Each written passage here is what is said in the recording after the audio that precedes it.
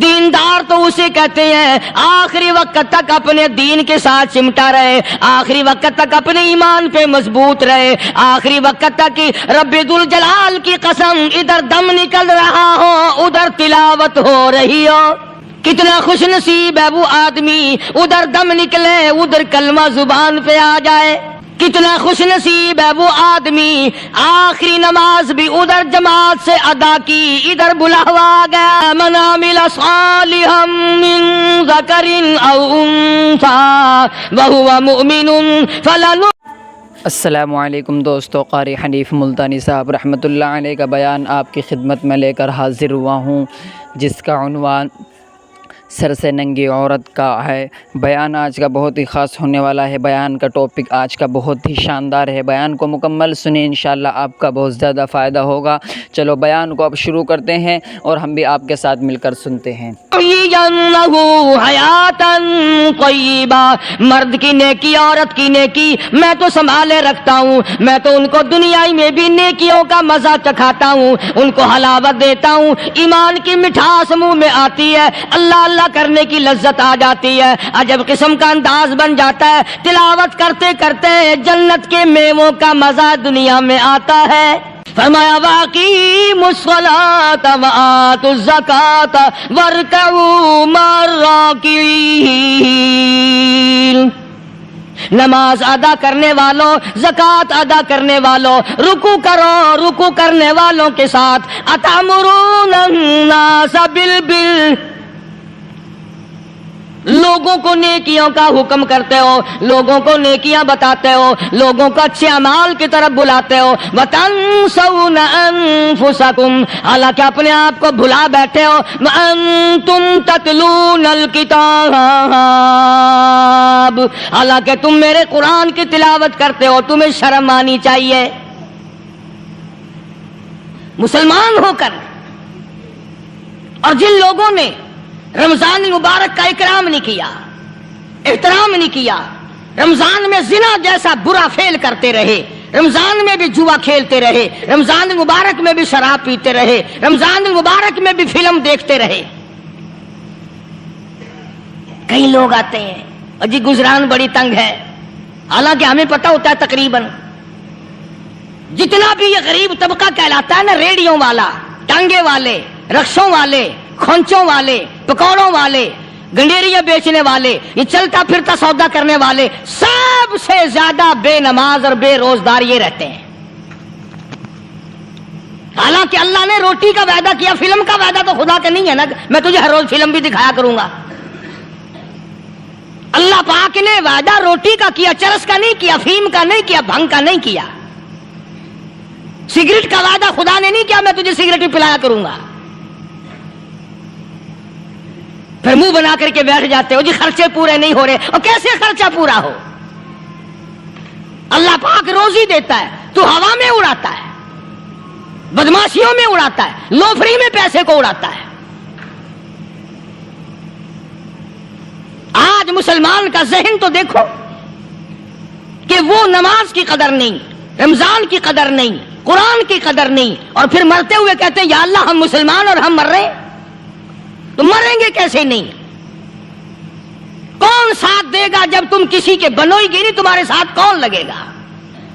بھئی کسی کا کنٹیکٹ امریکہ سے ہے، کسی کا تعلق امریکہ سے، کسی کا تعلق روس سے، کسی کا چائنا سے، کسی کا فرانس سے، مسلمان کا خدا سے۔ جب مسلمان کا تعلق خدا سے ہٹ گیا، اب چاہے یہ اسرائیلی مارے، یہودی مارے، امریکی مارے، روسی مارے، کوئی بھی مارے، وہ تو مارے گا۔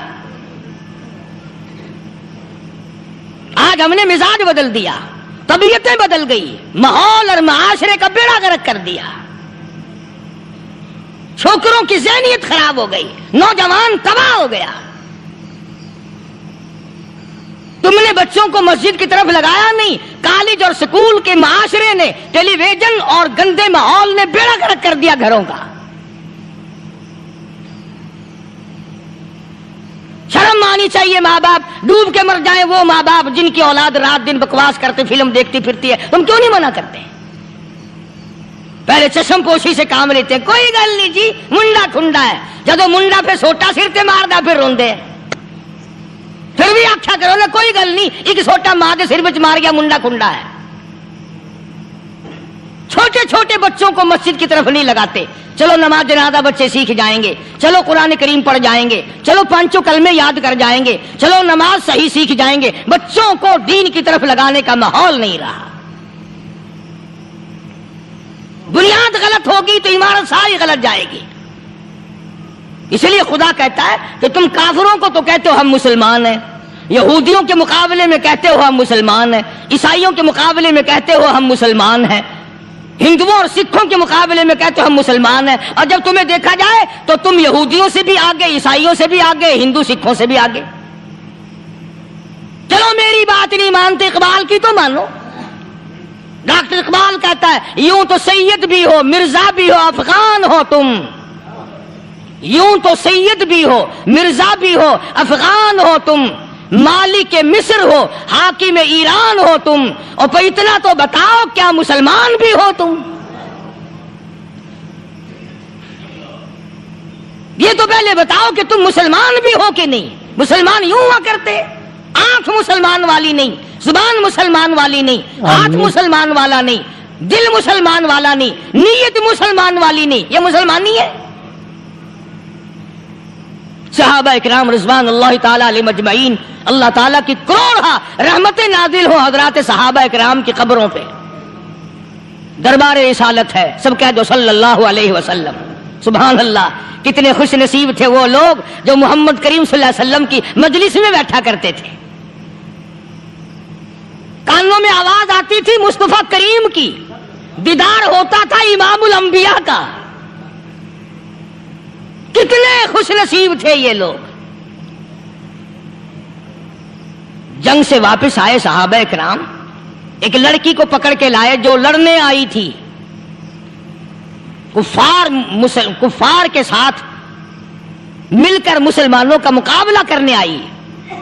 میدان جہاد میں سے صحابہ کرام پکڑ کے لائے، قیدی ہے، کافرہ عورت ہے، غیر مسلم ہے۔ شہنشاہ کائنات حضرت محمد الرسول اللہ صلی اللہ تعالی علیہ وسلم کے دربار میں لا کے بٹھا دیا۔ ننگے سر ہے، ننگے منہ ہے، ننگے ہاتھ پیر ہیں۔ اللہ اکبر، کبھی آپ نے سوچا نہیں کہ تو کتنے بڑے نبی کا امتی ہے، کتنے بڑے سردار کا غلام ہے۔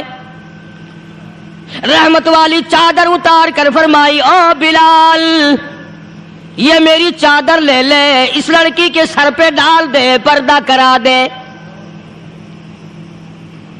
عرض کیا گیا کسی کافر کی لڑکی ہے، یہودی کی لڑکی ہے، عیسائی کی لڑکی ہے، غیر مسلم کی لڑکی ہے، میدان جہاد سے گرفتار کر کے لائی گئی، قیدی لڑکی ہے، لڑنے آئی تھی، مارنے آئی تھی، اسلام کی دشمن ہے، دین کی دشمن ہے، قرآن کی دشمن ہے، مذہب کی دشمن ہے، خدا اور اس کے رسول کی دشمن ہے۔ اللہ تعالیٰ کے نبی حضرت محمد کریم صلی اللہ علیہ وسلم نے فرمایا او لوگو ٹھیک ہے، لڑکی کافر کی ہے، کفر کی حالت میں پلی ہے، کفر پھیلانے آئی ہے، کفر کو بچانے آئی ہے، اسلام کا مقابلہ کرنے آئی ہے، اسلام کو مٹانے کے لیے آئی ہے، پر اے میرے دیوانوں یہ تو بتاؤ، اپنے باپ کافر کے دربار میں بھی ننگے سر بیٹھے اور میں کالی کملی والے کے دربار میں بھی ننگی بیٹھے۔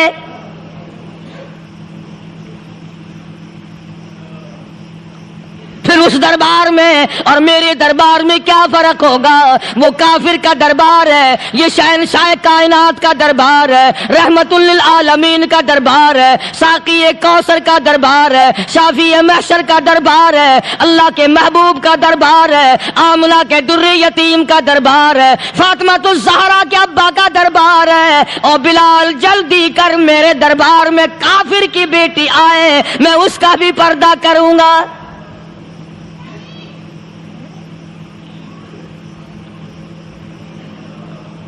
حضرت بلال رضی اللہ تعالی عنہ نے ذرا ایک اور لطیف سی بات ہے، تھوڑی سی باریک سی، اگر آپ سوچیں، لڑکی ہے تو کافرہ، لڑکی ہے تو بے دین، ہے تو اسلام کے دشمن۔ میں تو کئی مرتبہ سوچا کرتا ہوں کہ واہ لڑکی تیرا مقدر، ہے تو کافر کی بیٹی، خود بھی کافرہ ہے، مگر مقدر تو دیکھو امام الانبیاء کی چادر سر پہ ڈالے بیٹھی ہے۔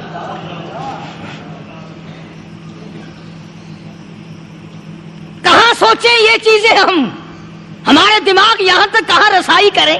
آمین. میرا تو دل چاہتا اگر میں ہوتا اس کافر بیٹی کی پاؤں دھو کر پی لیتا.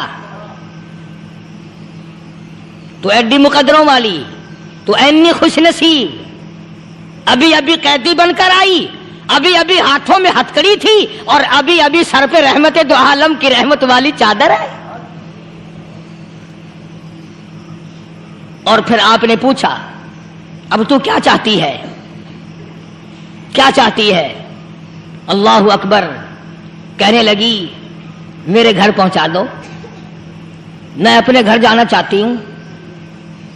دو نوجوان صحابہ کو بلایا، فرمایا کہ انسانی رشتے کا تقاضا ہے، لڑکی نے ہم سے پناہ مانگی اور اپنے گھر جانا چاہتی ہے، ہم نے اس کو معاف کر دیا، جاؤ گھر چھوڑاؤ.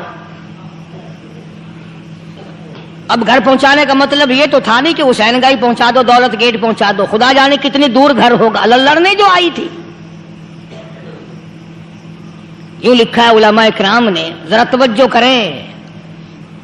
اور سچی بات تو یہ ہے، اپنے دامن میں بھی ہاتھ مار کے دیکھو کہ ہم کیسے ہیں. محمد الرسول اللہ صلی اللہ علیہ وسلم کے دو جوان دیوانے ساتھ ساتھ اس کے چلتے ہیں، ایک ادھر چل رہا ہے ایک ادھر چل رہا ہے. جنگل کا راستہ ہے، رات بھی راستے میں آئی ہے. نوجوان لڑکی کا بیان ہے، اپنے بھائی کو جا کے کہتی ہے یہ دونوں جوان میری ساتھ راستہ چلتے آئے، میری ساتھ سفر طے کرتے آئے، پر اے میرے بھائی جان، رب کائنات کی قسم مجھے تو یوں معلوم ہوتا تھا دونوں اندھے چل رہے. مجال ہے میری طرف نظر اٹھائی ہو. یہاں تو رکشے والے کا داؤ لگ جائے وہ بات نہیں آتا، ٹانگے والے کا داؤ لگ جائے وہ بات نہیں آتا، اور پیر صاحب تو اپنے یہاں سے خشک جانے کیسے دیں گے؟ کیوں جانے دیں؟ کیا مطلب؟ یہ شرافت ہے، یہ دین ہے، یہ اسلام ہے. مسلمان کی بیٹی کی عزت پہ ڈاکے ڈالنا، خدا کی قسم اگر اسلام کی حکومت ہو اور جس نبی کا تو نام لے کر جنت میں جانا چاہتا ہے، اگر نبی کا قانون زندہ ہو، قرآن کا قانون عدالت میں ہو، آنکھیں نکال دی جائیں. بے غیرت قوم، بے حیا اور بے شرم قوم. شرم نہیں آتی کہ زندگی کس طرح بسر ہوتی ہے. یہ کافروں کی بیٹیاں ہیں، یہ کسی یہودی کی بیٹیاں ہیں. چکلے چل رہے ہیں، بدماشی کے اڈے چل رہے ہیں، سب کو پتا ہے، افسروں کو پتا ہے، چھوٹے بڑوں لیڈروں کو پتا ہے. کون روکے؟ کس لیے روکے؟ پھر یاد رکھو بات محمد کریم صلی اللہ علیہ وسلم کی، فرمایا جس ملک میں جس شہر میں زنا ہوگا، اللہ کے نبی نے فرمایا وہ جس دن برباد ہوگا آواز بھی نہیں آئے گی.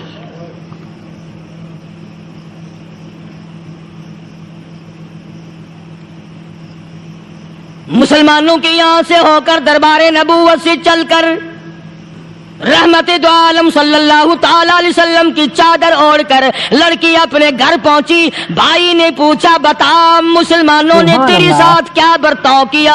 مسلمان تجھے پکڑ کے لے گئے تھے، اتنی خوبصورت ہے تو، ایسی حسینہ ہے، شباب تیرا، حسن تیرا، جمال تیرا، شکل و صورت نرالی، نقش نرالے، آنکھیں تیری نرالی، چہرہ تیرا نرالا، لب تیرے نرالے، قد و قامت تیری نرالی، حسن تیرا شان والا، جوانی شباب ہے، بتا مسلمانوں نے تیری ساتھ کیا گزری؟ رونے لگی اور کہنے لگی تو میرا ماں جایا بھائی ہے، پر میں کیا بتاؤں، زمین و آسمان کے مالک کی قسم، سمندروں کے پیدا کرنے والے کی قسم، درختوں کے پتے پیدا کرنے والے کی قسم، ان پہاڑوں اور زمین کے ذرات کو پیدا کرنے والے کی قسم، جو میری عزت کی حفاظت محمد کے غلاموں نے کی ہے، وہ تو ماں جایا بھائی بھی نہیں کر سکتا.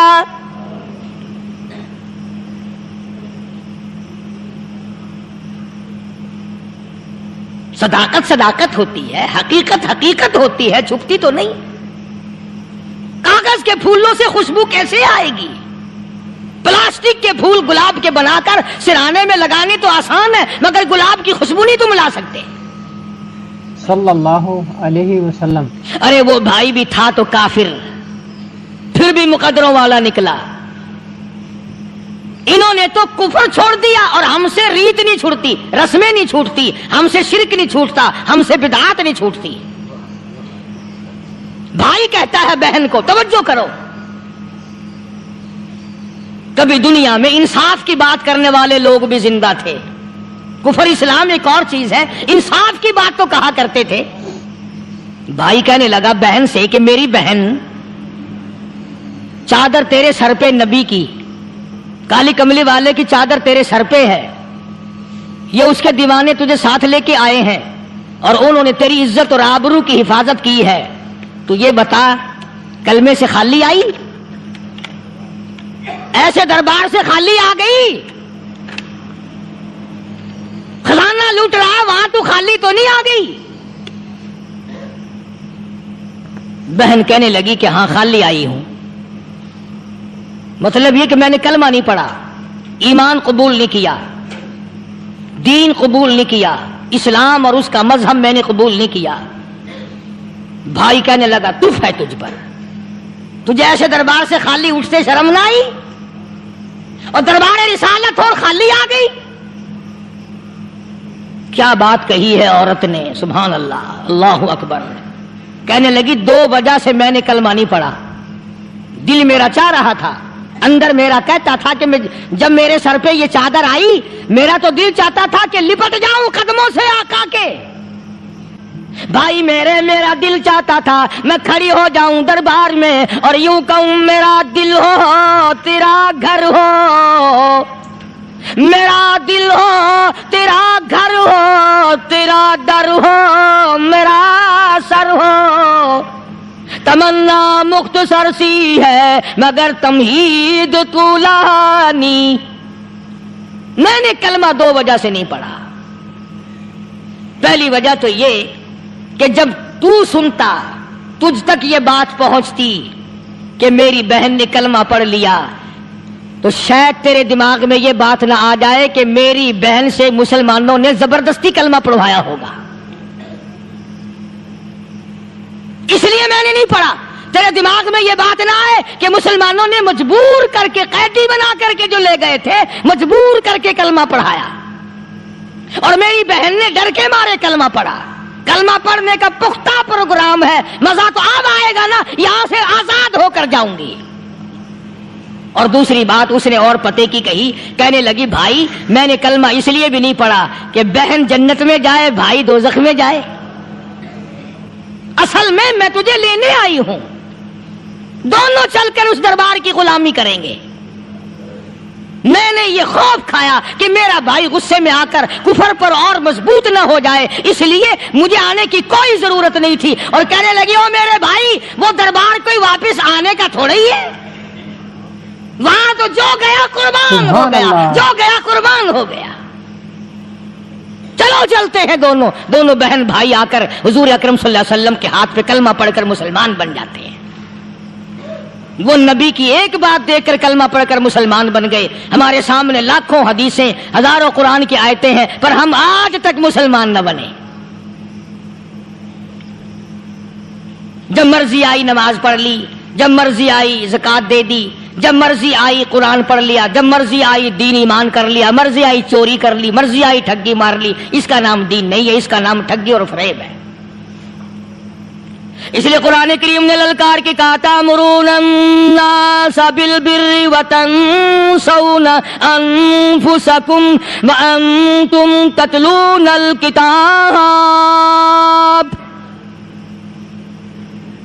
دوسروں کو اسلام کا نام لیتے ہو، دوسروں کے سامنے مسلمان بنتے ہو، حالانکہ تم کتاب پڑھتے ہو اللہ کی. افلا تعقلون، سوچتے کیوں نہیں ہو کہ تم کدھر چلے ہو؟ کیا پروگرام بنائے بیٹھے ہو؟ زندگی کا لاہ عمل یہ تو نہیں ہونا چاہیے جو تم نے بنایا ہوا ہے. اور آگے فرمایا تأمرون الناس بالبر وتنسون انفسکم وانتم تتلون الکتاب افلا تعقلون واستعینوا بالصبر والصلاة.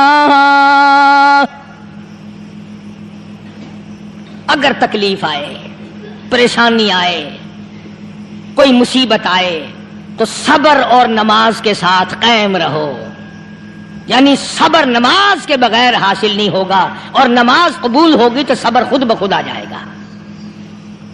چنانچہ اللہ والوں کی زندگی کا مطالعہ کرو، کتابیں اور حالات پڑھ کر کے دیکھو کہ انہوں نے ساری عمر میں ایک ایک نماز بھی ضائع نہیں ہونے دی، تمام عمر میں ایک ایک نماز ضائع نہیں ہونے دی۔ اور ہم لوگوں کی جوانی یوں ہی بیت جاتی ہے، جوانی یوں ہی گزر جاتی ہے۔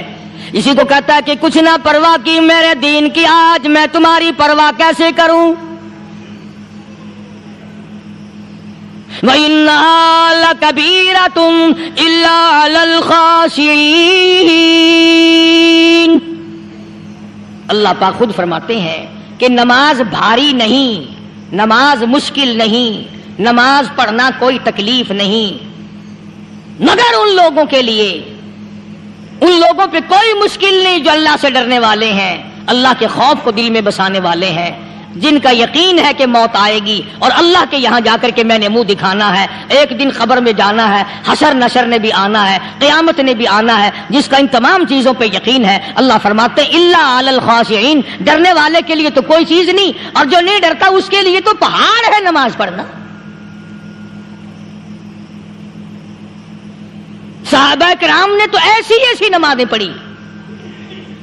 صحابی ہے مدنی کریم صلی اللہ علیہ وسلم کا، اپنے باغ میں نماز پڑھ رہا ہے، گنجان باغ ہے کھجوروں کا باغ پکا کھڑا ہے، صحابی نماز پڑھ رہا ہے۔ ایک پرندہ کبھی ادھر سے آتا ہے کبھی ادھر جاتا ہے، گنجان باغ ہے، وہ نکلنا چاہتا ہے، پرندے کو راستہ نہیں ملتا، تو دوران نماز صحابی کی نظر پرندے پہ لگ گئی۔ دوران نماز صحابی کی نظر، وہ پھڑک پھڑک جو کرتا تھا نا کبھی ادھر، صحابی کی نظر پرندے پہ لگ گئی، نماز میں بھول گیا۔ بس اتنی سی بات ہوئی، آیا دربار رسالت میں اور کہنے لگا یا رسول اللہ وہ سارا باغ لے کر اسلام میں وقف کر لو، جس باغ کی وجہ سے میری نماز خراب ہو جائے میں وہ باغ ہی نہیں رکھتا۔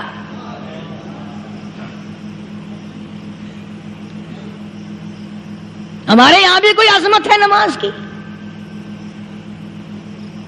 کون پرواہ کرے؟ ان لوگوں کے یہاں تمام کا تمام نظام دین کا اپنا بنایا ہوا نہیں، جو دربار رسالت صلی اللہ علیہ وسلم سے نظام ملا نماز کا، انہوں نے صحیح معنوں میں وہ قائم کیا ہے۔ کیسی مشکل میں ہوئے، کہیں بھی ہوئے، جس حالت میں بھی ہوئے، نماز پڑھنی ہے، ادا کرنی ہے۔ چنانچہ ان کی نمازوں میں اتنی برکت تھی، سیدنا امیر معاویہ رضی اللہ تعالی عنہ کی حکومت ہے، صحابہ کرام ابھی زندہ ہیں، افریقہ کے گھنونے جنگل میں بہت بڑے صحرا میں چھاونی بنانے کا پروگرام بنایا۔ بڑے جنگل ہیں، بڑے درخت ہیں، بڑی بھیڑ بھاڑ ہے، بڑے جانور ہیں، شیر ہیں، چیتے ہیں، گھگیاڑ ہیں، بڑے بڑے موذی جانور ہیں۔ تو اس علاقے کے لوگوں نے بتایا کہ تم مار کھاؤ گے، یہاں تو بڑے بڑے جانور تمہیں کھا جائیں گے، تم یہ کیا سوچ کر آئے ہو؟ تمہیں یہ نہیں چھوڑیں گے، جانور کھا جائیں گے، تمہیں یہاں چھوڑی بناؤ گے؟ صحابہ کہنے لگے نہیں، ہمارے پاس ہتھیار ہے۔ کمانڈر کہنے لگا، ایک صحابی تھا حضور اکرم صلی اللہ علیہ وسلم کے زمانے کا دیدار کرنے والا، بڑا دیوانہ پروانہ۔